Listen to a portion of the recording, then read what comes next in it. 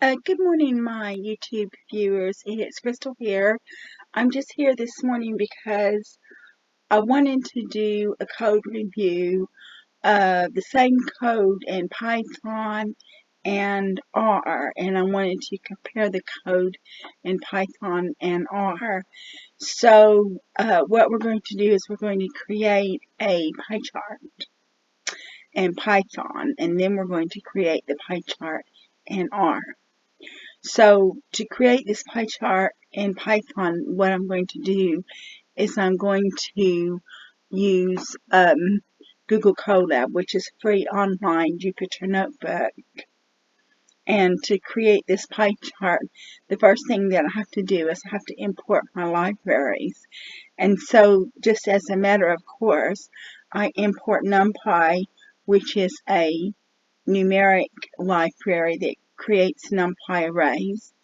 And then I import pandas as PD, which is a data processing library that creates a series and data frames. I import matplotlib.pyplot as PLT as a graphics library that plots the data points onto a graph. And then I import Seaborn as SNS, which is a higher level graphics library built on top of Matplotlib. And whenever I make a Python program, as a matter of course, I just import those libraries just because those will be the libraries that I'll need. And then after I've imported my libraries, I'm going to load the file. And so data equals PD, that's pandas, dot read CSV, and then I'm going to use the link to the data set. And then what I want to do is I want to be able to view all of the columns. So I set it up for display max columns, and then I look at the data. So you can see here's your data set. And it's got a total of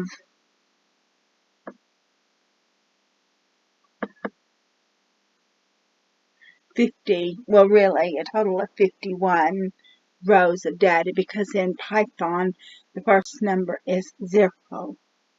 And then what I wanted to do is I just wanted to see what the unique values were. So print data census for dot unique, and you see that there are 4 unique values. So then we're going to go to create our pie chart, and we create our pie chart by using the group by function. So data dot group by census for dot size dot plot kind equals pi auto percent equals percent dot 2f. And so here you have our pie chart already created for you using Python. And so there you go, that's your pie chart, and it's already calculated in percentile for you using the 4 unique values. So that's how you do it in Python. So now what we're going to do is we're going to use R, and R is a statistical program written just for statisticians. And one of the things that I remember about R is they said that Python has a library called StatsModel that is written in the outline of R. And so I personally have never used R. So since I've never used R, this is just a small piece of code where I have used R. And so I'm still getting used to R, but R is designed just for statistics.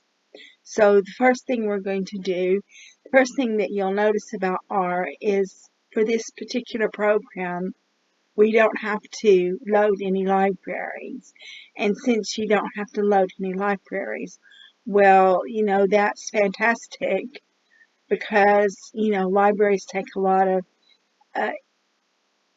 memory, and or take a lot of memory in the computer. So the first thing we do, we don't have to load any libraries. First thing we do is data equals read.csv, and then we put the web address for the data set, which is the same data set that we use in Python. And then we do attach data, names, data, summary data. And over here, you can see where we've done all that information, where you get your names, and then you get a summary.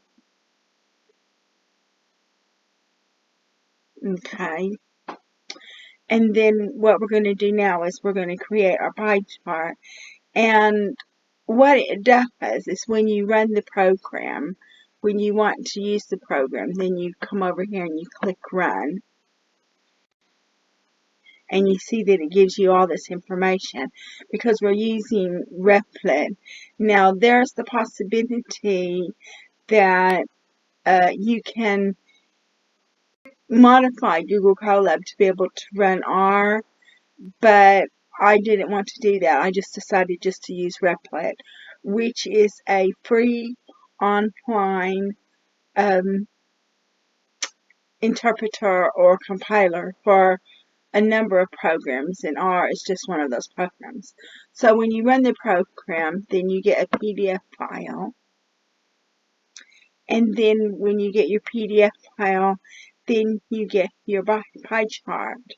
And you can see that the pie chart is in pretty much the same format that you had in Python, with the exception that it hasn't printed out the percentages, but I'm sure that if you wanted to print out the percentages, you could. But this is my first program in R, so I'm still learning R, and so I'm not going to print out the percentages.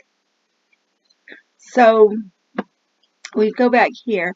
Now the difference between Python and R is in Python you have to load the libraries, but Google Colab, it allows you to show the pie chart right beneath the cell of which you put the program.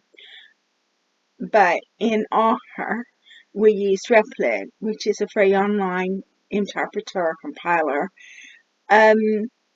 The pie chart comes out in a PDF file. So if you want to see the pie chart, then you have to actually look at the PDF file. So that's the difference between Python and R. And I have to say that this particular point in time, I think I would rather use Python. But what we could do is we could try to use Replit, try to run Replit in Python and see what happens. See if it comes out in a PDF file like that. But I prefer Google Colab over Replit, but I just wanted to show you the code. And since R is written specifically as a statistics program for statisticians, it doesn't require you to load libraries like Python requires you to load libraries. And something else that is interesting is that if you go onto the Kaggle website and you open up a Jupyter Notebook, you have the option to run your program in Python or R, but I've never run a program in R. I prefer Python. But the problem is that if you're going to be a data scientist, then you need to know both Python and R. So I guess it was about time that I start writing some programs in R. So there you go. I've written my first R program, and I decided to make a video of what I did, a video code review to compare Python to R. So let me know what you think. Do you like Python better or do you like R better? And what is your rationale for liking these two programs? And I personally like the Jupyter Notebook better, but you have to give people a choice of what they would like. Python or R, Jupyter Notebook or Replit. And so there you go. There's your choice.